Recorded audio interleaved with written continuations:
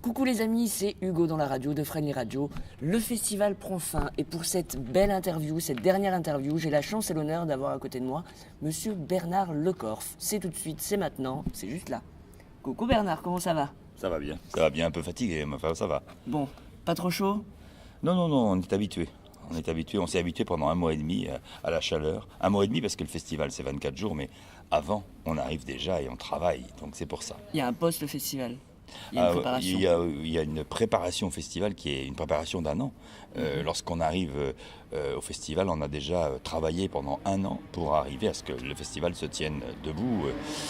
Et que dès le 7 juillet en 2016, ce sera peut-être le 8 juillet en 2017, on soit prêt. Mais là, je sais déjà dans les grandes lignes ce que seront les axes de ma programmation pour l'année prochaine. Je connais déjà les spectacles. Un an à l'avance quoi. Oui, mais on a du travail, hein. On a oui. beaucoup de travail à faire. Je me doute bien. Explique un peu à nos auditeurs ce que tu fais donc par rapport au festival. Décris un petit peu ton rôle. Moi, je dirige un théâtre, le Collège de la Salle. Dans ce théâtre, j'ai un certain nombre d'espaces scéniques qui sont aménagés, mis en place pour la durée du festival. Et donc j'essaye d'y faire une programmation cohérente, harmonieuse, qui correspond à mes goûts, mais aussi qui correspond à ce qu'attend le public, de telle manière qu'il y ait à la fois beaucoup de monde dans les salles et des gens surpris et contents de voir ce qu'ils y voient. Voilà. D'accord. Il y a eu combien de spectacles cette année donc, au Collège de la Salle? Cette année, nous avions 63 spectacles présentés chaque jour. Ah oui, donc le boulot, il doit être assez dur derrière. Ah oui, non, on se cache pas, hein, c'est pas anodin. D'autant qu'il y a des spectacles très lourds, des spectacles très légers. Il y a des spectacles pour les tout petits, des spectacles pour les bébés, des spectacles très grand public, des personnalités comme Francis Lalanne, 1000 choses dans cet espace-là. Mais il y a 17 salles de spectacle qui sont toutes à côté les unes des autres, espacées sur un immense territoire, puisque l'ensemble scolaire Saint-Jean-Baptiste de la Salle, c'est à la fois une école maternelle, une école primaire, un collège, un lycée, et des classes supérieures à post-bac sur 3 ans ou 4 ans maintenant, je ne sais pas, mais je sais que ça va très loin, donc en plus c'est un internat. Donc tout ça, c'est d'énormes locaux. Et ces énormes locaux-là, je les transforme le temps du festival. C'est-à-dire que je prépare les choses à l'avance. Nous sommes au taquet et le jour de la fin de l'année scolaire, on installe et le lendemain, on joue. On y arrive.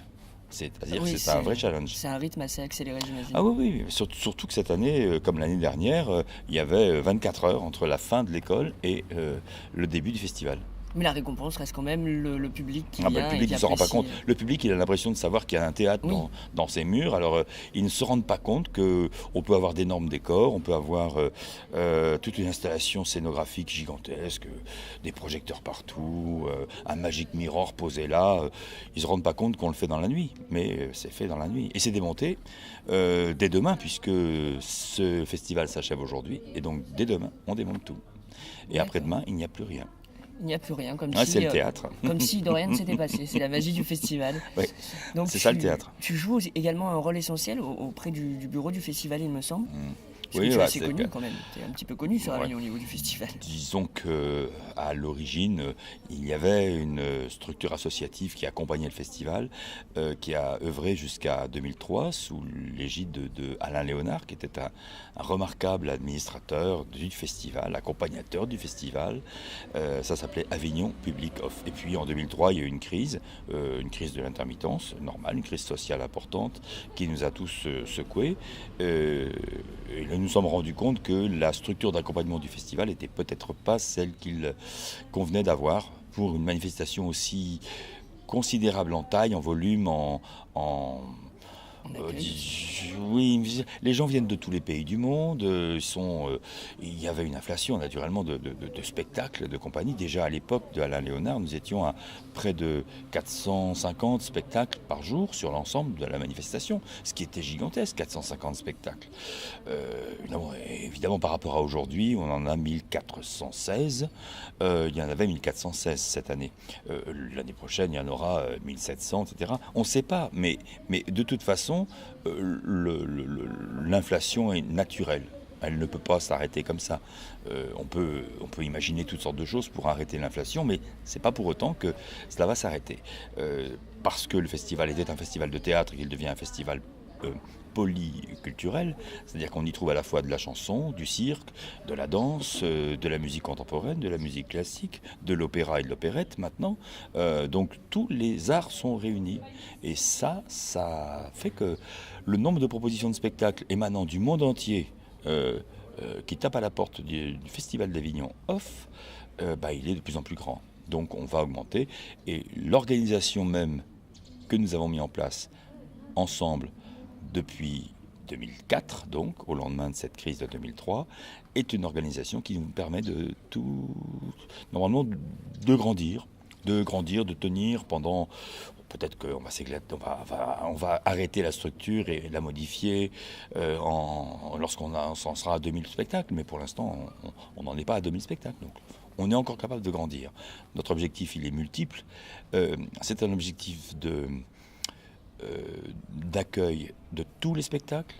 L'objectif, la priorité est de donner le même temps d'accès à chaque spectacle, qu'il émane d'une grosse compagnie, d'une petite équipe.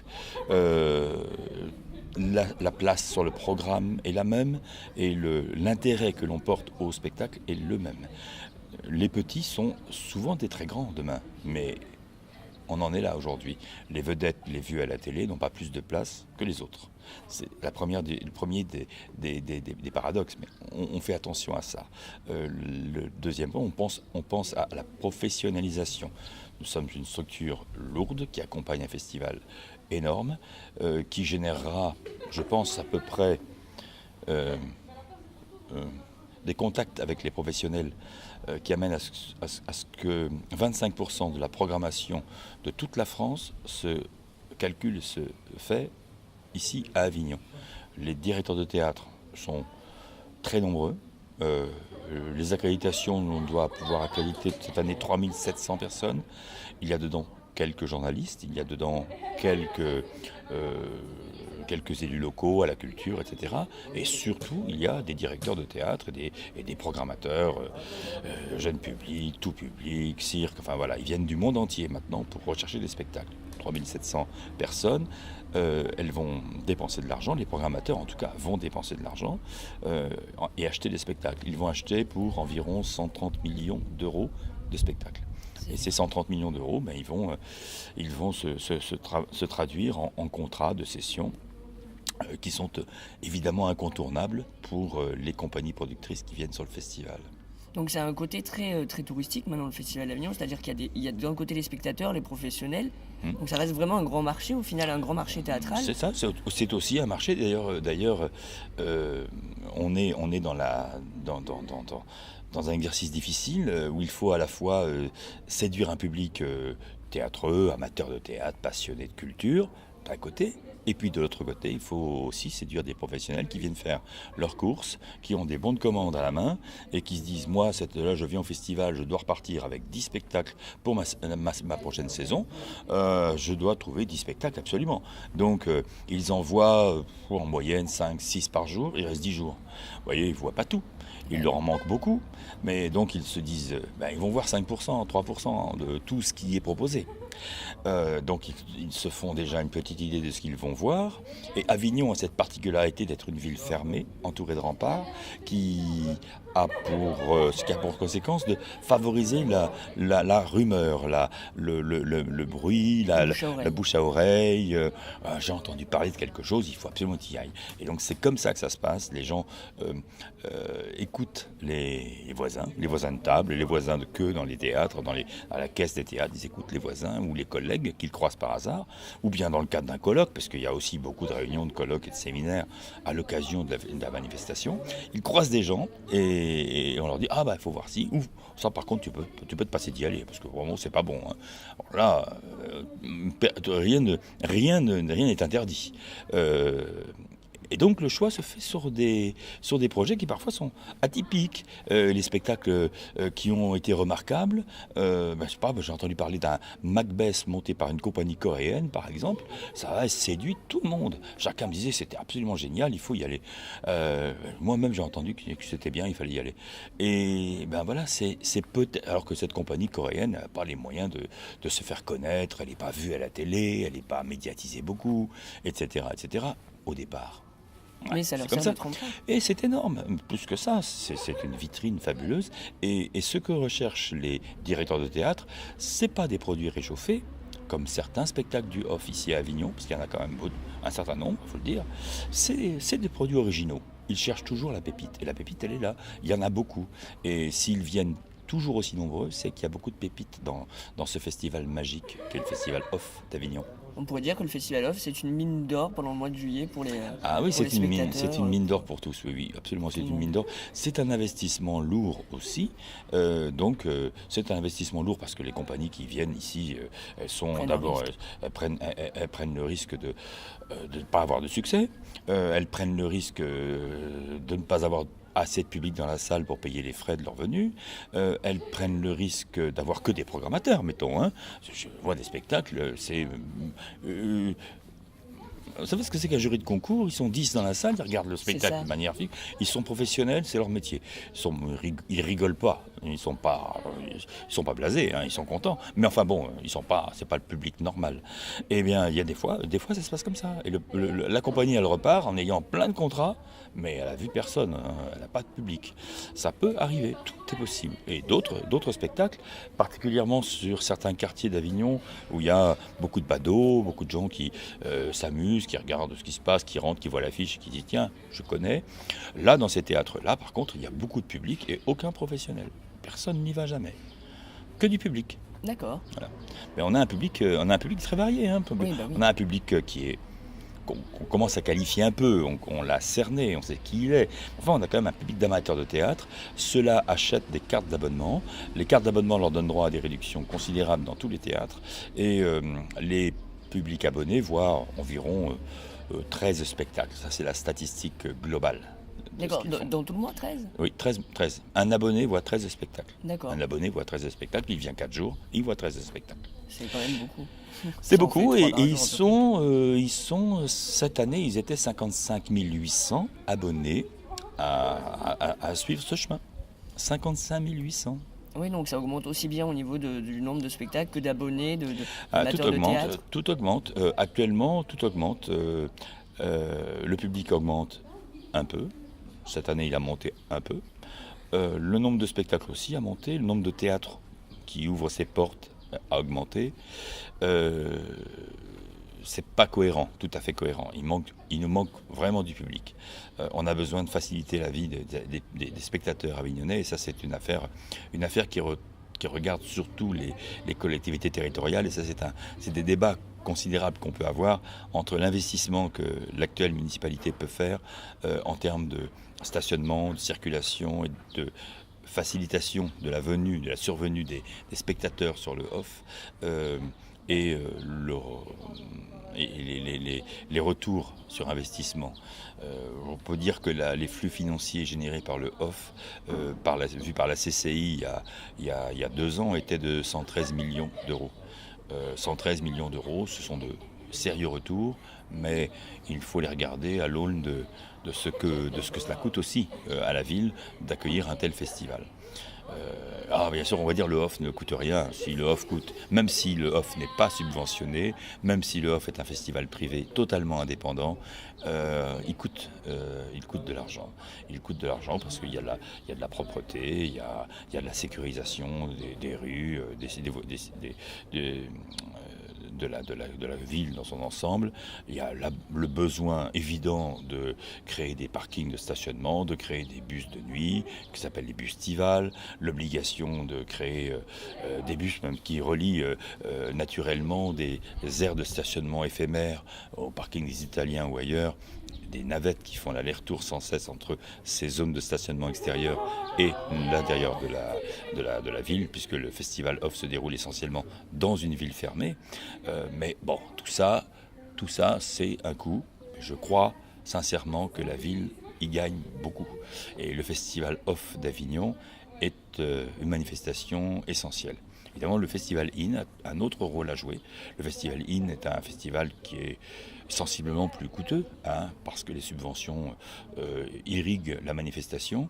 Le Festival In, lui, aura une trentaine de spectacles en tout, qui vont se donner dans différents sites, devant un public qui va être au maximum de 80 000 spectateurs. Tandis que nous, on va jouer devant 1,4 million de spectateurs. Donc c'est pas comparable. Mais le budget non plus n'est pas comparable. Nous avons un budget avec quelques dizaines de milliers d'euros de subventions. Le Festival IN a 12,5 millions de subventions.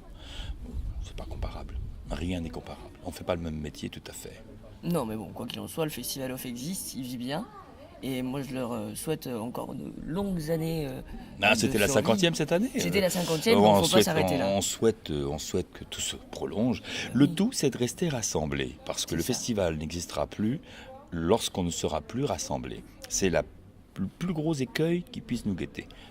Se séparer, qu'on ait des festivals divers et variés, des festivals d'humour, des festivals de danse, des festivals de jazz, des festivals de théâtre contemporain, des festivals de théâtre classique, des festivals de théâtre amateur, côte à côte. Et ça, c'est ce qui est redoutable. Il faut rester un festival off uni qui s'inscrit dans la cité d'Avignon sur la plus longue des durées possibles. Moi, je suis partisan d'un festival qui durera 1 mois, voire plus, 5 semaines, 6 semaines, si possible. Je pense qu'on en a les moyens. Les locaux existent, les théâtres existent, les propositions artistiques existent, le public est prêt à venir, les Haussiens sont frustrés, et on nous le dit à longueur de temps, parce que le festival s'arrête en juillet, maintenant. Mais il fut un temps, le festival allait largement jusqu'au 15 août. Les Haussiens restent frustrés. Donc, proposons-leur quelque chose qui ressemble à ce que nous faisons déjà en juillet. Et je pense qu'ils seront ravis, et la ville sera ravie, et tout le monde s'y retrouvera. D'accord. Donc je vais te laisser en 1 minute dire aux spectateurs ou aux futures compagnies qui veulent peut-être tenter le Festival Off, en gros les qualités que tu as déjà citées, mais celles que comment tu le cibles ce festival pour donner envie aux gens de venir, que ce soit aux spectateurs, aux compagnies. Bon, ça c'est un exercice facile. C'est un exercice facile parce que j'ai animé énormément de rencontres en région. Je passe mon temps à courir le monde entier certes, mais surtout la France et les régions de France. Et à raison d'une réunion régionale par an, et par région, je rencontre énormément de compagnies ou d'artistes qui se proposent de venir en Avignon pour le off. Et donc la première chose que je leur dis, c'est surtout ne venez pas parce que c'est peut-être pas pour vous. Peut-être pas pour vous parce que c'est compliqué, c'est un marathon, c'est une épreuve, c'est quelque chose auquel il faut se préparer. Tout à coup, on n'est pas une structure culturelle en tournée, mais une structure culturelle qui est au premier plan de la vitrine, c'est-à-dire qu'on est à la fois le producteur, mais aussi l'animateur, le responsable de la communication, etc., etc. On est là pour vendre son spectacle, mais pas à tout prix. On est là pour jouer dans la durée. Oh, beaux avions qui nous passent dessus. On a un défilé d'avions. Ah oui, c'est magnifique. On est bien placé. Hein. Ah oui. Oui, on est là pour jouer dans la durée, on est là pour jouer devant tous les publics. Si la compagnie ne s'est pas organisée pour affronter ce moment difficile qu'est le Festival Off d'Avignon, elle peut éclater. Les spectacles, ça ne sert à rien de les montrer ici, si c'est pour partir à la fin juillet fâché en se disant je te supporte pas, c'est pas possible. C'est vrai que c'est compliqué. Vivre à Avignon, un festival comme celui-ci, c'est compliqué. C'est un bonheur immense, mais il faut se préserver, il faut savoir se reposer, il faut être prêt à y venir et avoir cerné les motivations de sa venue sur Avignon pendant 1 mois, et ce n'est pas donné à tout le monde. Et certains se trompent.